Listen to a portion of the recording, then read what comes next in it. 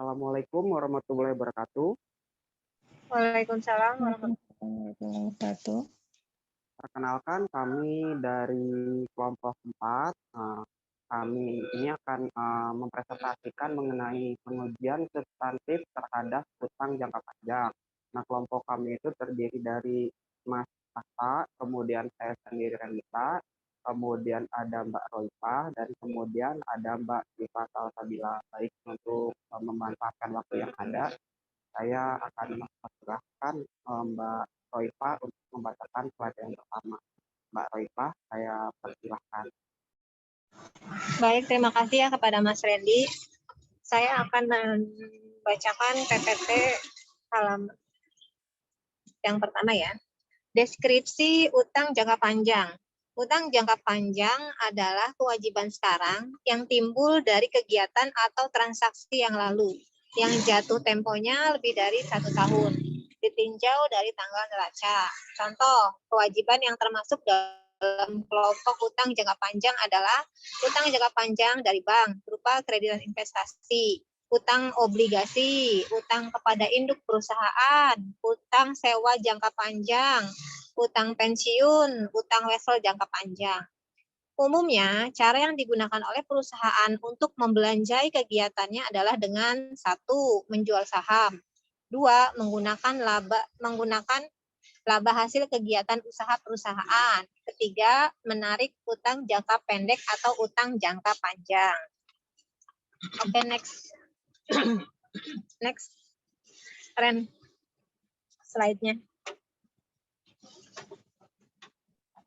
Alasan mengapa perusahaan memilih cara pembelanjaan kegiatannya dengan menarik utang jangka panjang. 1. Seringkali perusahaan tidak dapat melunasi kewajiban jangka pendeknya dengan menggunakan aktiva lancarnya, sehingga alternatif yang masih menguntungkan untuk dipilih adalah dengan menarik utang jangka panjang guna melunasi utang jangka pendek tersebut. 2. Utang jangka panjang seringkali timbul sebagai akibat dari kebutuhan dana yang besar, yang pemegang saham tidak menghendaki pemenuhannya dengan menambah saham yang beredar. Biasanya hal ini terjadi bila biaya bunga diperkirakan akan lebih rendah dibandingkan dengan taksiran tingkat laba yang akan diperoleh dari penggunaan tambahan dana tersebut. 3. Kemungkinan pemenuhan kebutuhan dana akan lebih murah bila diperoleh dari penarikan utang jangka panjang karena biaya bunga dapat dikurangkan dalam perhitungan pajak penghasilan. Sedangkan dividen yang dibayarkan kepada pemegang saham tidak dapat diperlakukan sebagai biaya dalam laporan rugi laba, sehingga tidak dapat mengurangi besarnya pajak penghasilan yang harus dibayar oleh perusahaan. 4. Seringkali lebih menguntungkan jika aktiva tetap diperoleh dengan cara menyewa daripada membeli. Selanjutnya, prinsip akuntansi berterima umum dalam penyajian utang jangka panjang di neraca. 1. Utang jangka panjang harus dijelaskan dengan cukup dalam neraca. Setiap jenis hutang jangka panjang harus disajikan secara terpisah di dalam neraca dan diberi catatan kaki yang cukup jika hal ini diperlukan. Penjelasan yang bersangkutan dengan hutang jangka panjang meliputi nama hutang, jumlah hutang yang disetujui, jumlah hutang yang telah ditarik, tanggal jatuh tempo, tarif bunga, pembatasan dalam pembagian dividen, keharusan mempertahankan jumlah modal kerja tertentu, dan penjelasan jumlah dan jenis aktiva yang dijaminkan. 2. Umumnya hutang jangka panjang dipisahkan menjadi 2 kelompok. Hutang jangka panjang yang ditarik dengan perjanjian tertulis dan hutang jangka panjang yang tidak disertai dengan perjanjian tertulis. Contoh, hutang kelompok pertama adalah hutang bank dan hutang obligasi. Sedangkan contoh hutang kelompok kedua adalah pengkreditan yang ditangguhkan, deferred credit, jaminan dari pelanggan, customer deposit, hutang garansi produk. 3. Hutang obligasi dapat disajikan dalam neraca pada nilai nominalnya dan dicantumkan pada tanggal jatuh tempo serta tarif bunganya. Alternatif lain adalah hutang obligasi disajikan pada nilai nominalnya ditambah dengan premi obligasi yang belum diamortisasi atau dikurangi dengan diskonto obligasi yang belum diamortisasi. 4. Obligasi yang dilunasi yang dibeli sebagai treasury bond dan yang belum dikeluarkan lagi harus disajikan dalam neraca sebagai pengurang jumlah obligasi yang diizinkan untuk dikeluarkan, authorized bond, sebesar nilai nominalnya. Treasury bond tidak boleh disajikan sebagai aktiva. Selanjutnya akan dibacakan oleh Mbak Syifa.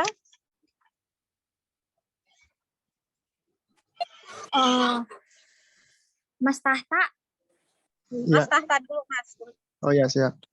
Yang selanjutnya ada tujuan pengujian substantif terhadap utang jangka panjang. Yang pertama, memperoleh keyakinan tentang keandalan catatan akuntansi yang bersangkutan dengan hutang jangka panjang.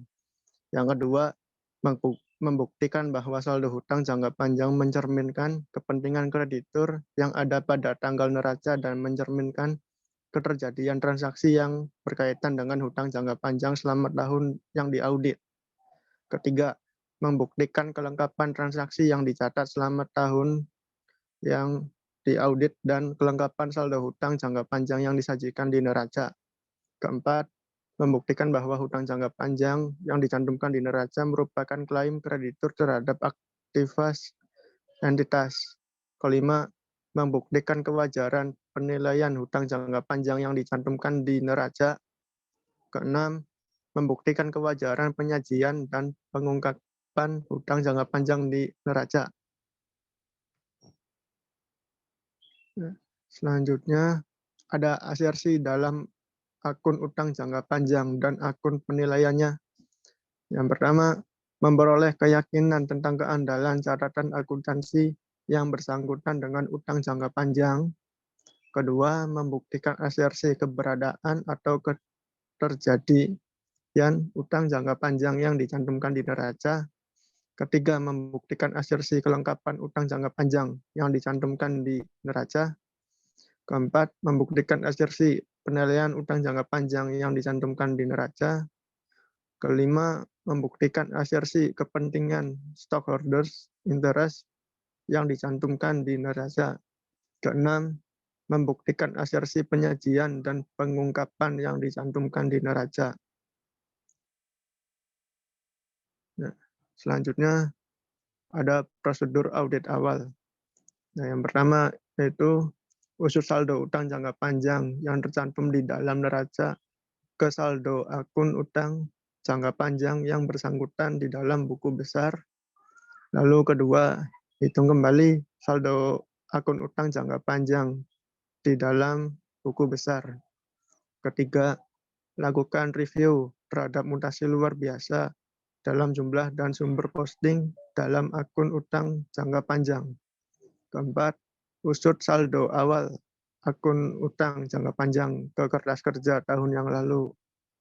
Yang terakhir, usut posting pendebitan dan pengkreditan akun utang jangka panjang ke dalam jurnal yang bersangkutan.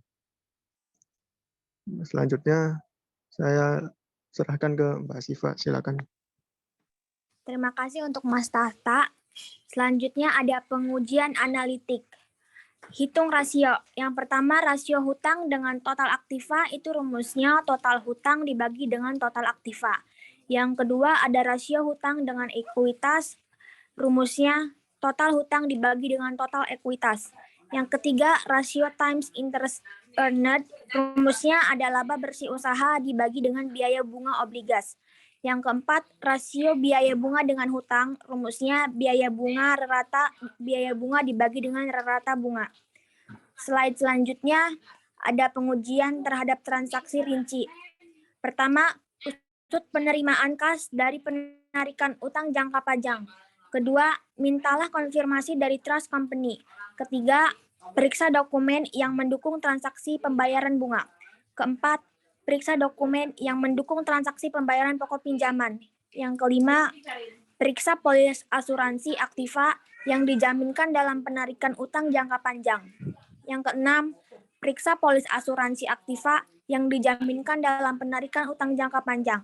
Yang ketujuh, periksa kepatuhan klien terhadap batasan yang dikenakan oleh kreditur periksa dokumen yang mendukung transaksi treasury bond. Dan yang ke-8, verifikasi perhitungan bunga, amortisasi premi, dan diskonto dan utang bunga obligasi.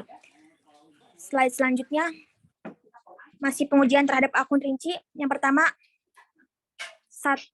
Minta atau buatlah daftar utang jangka panjang bank. Yang kedua, mintalah kopi surat perjanjian penarikan kredit dan trust indenture. Yang ketiga, periksalah kesesuaian penilaian utang jangka panjang dengan prinsip akuntansi berterima umum di Indonesia. Yang keempat, hitung kembali amortisasi premi obligasi dan diskonto obligasi dan wesel jangka panjang. Slide selanjutnya ada verifikasi penyajian utang jangka panjang di dalam neraca. Yang pertama, periksa klasifikasi utang jangka panjang yang segera jatuh tempo di dalam neraca. Yang kedua, mintalah perjanjian utang jangka panjang dan pelajari pasal-pasal yang terdapat di dalamnya. Yang ketiga, periksa penjelasan yang bersangkutan dengan utang jangka panjang. Slide selanjutnya, verifikasi penyajian utang jangka panjang di dalam neraca.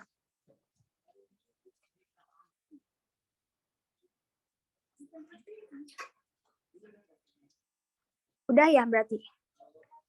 Yang pertama ada periksa klarifikasi utang jangka panjang yang segera jatuh tempo di dalam neraca. Yang kedua, mintalah perjanjian utang jangka panjang dan pelajari pasal-pasal yang terdapat di dalamnya. Yang ketiga, periksa penjelasan yang bersangkutan dengan utang jangka panjang. Sekian, saya serahkan kembali ke Mas Randy. Baik, terima kasih Mbak Siva, terima kasih Mas Tata, dan terima kasih kepada Mbak Ipa atas presentasi yang telah dibacakan. Sebelum saya mau bertanya, Ibu, ini untuk kesimpulan atau apa sih, tanya jawab dulu Bu ya, karena waktunya Iya, 30 menit. tanya jawab dulu aja 2 orang nggak apa-apa. Saya buka sesi tanya jawab, barangkali ada teman yang ingin bertanya, saya tampung dulu. Silakan teman yang ingin bertanya.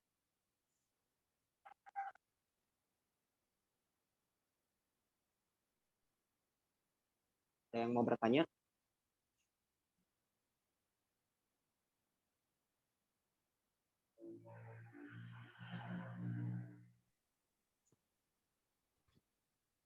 Kalau tidak ada yang bertanya, langsung kesimpulan aja. Baik Bu, saya langsung baca kesimpulan aja ya. Untuk apa sih materi presentasi ini mengenai pengujian substantif terhadap utang jangka panjang itu ada kesimpulannya, ada beberapa kesimpulan. Yang pertama itu pengujian substantif terhadap utang jangka panjang itu ditunjukkannya untuk memperoleh keyakinan tentang keandalan catatan akuntansi yang bersangkutan dengan utang jangka panjang, kemudian membuktikan bahwa saldo utang jangka panjang mencerminkan kepentingan kreditur yang ada pada tanggal neraca dan mencerminkan terjadian transaksi yang berkaitan dengan utang jangka panjang selama tahun yang telah diaudit. Kemudian membuktikan kelengkapan transaksi yang dicatat selama tahun yang diaudit dan kelengkapan saldo utang jangka panjang yang disajikan di neraca. Kemudian ada membuktikan bahwa utang jangka panjang yang dicantumkan di neraca merupakan klaim kreditur terhadap aktiva entitas. Kemudian membuktikan kewajaran penilaian utang jangka panjang yang dicantumkan di neraca, dan yang terakhir membuktikan kewajaran penyajian dan pengungkapan utang jangka panjang di neraca. Nah, kemudian dalam prosedur audit awal itu auditor membuktikan keandalan catatan akuntansi jangka panjang yang diselenggarakan oleh klien dengan cara mengusung saldo utang jangka panjang yang dicantumkan di neraca ke dalam akun utang jangka panjang yang diselenggarakan di dalam buku besar, kemudian membuktikan ketelitian perhitungan saldo akun utang jangka panjang di dalam buku besar, dan membuktikan sumber pendebitan dan pengkreditan akun utang jangka panjang di dalam buku besar ke dalam jurnal penerimaan dan pengeluaran kas.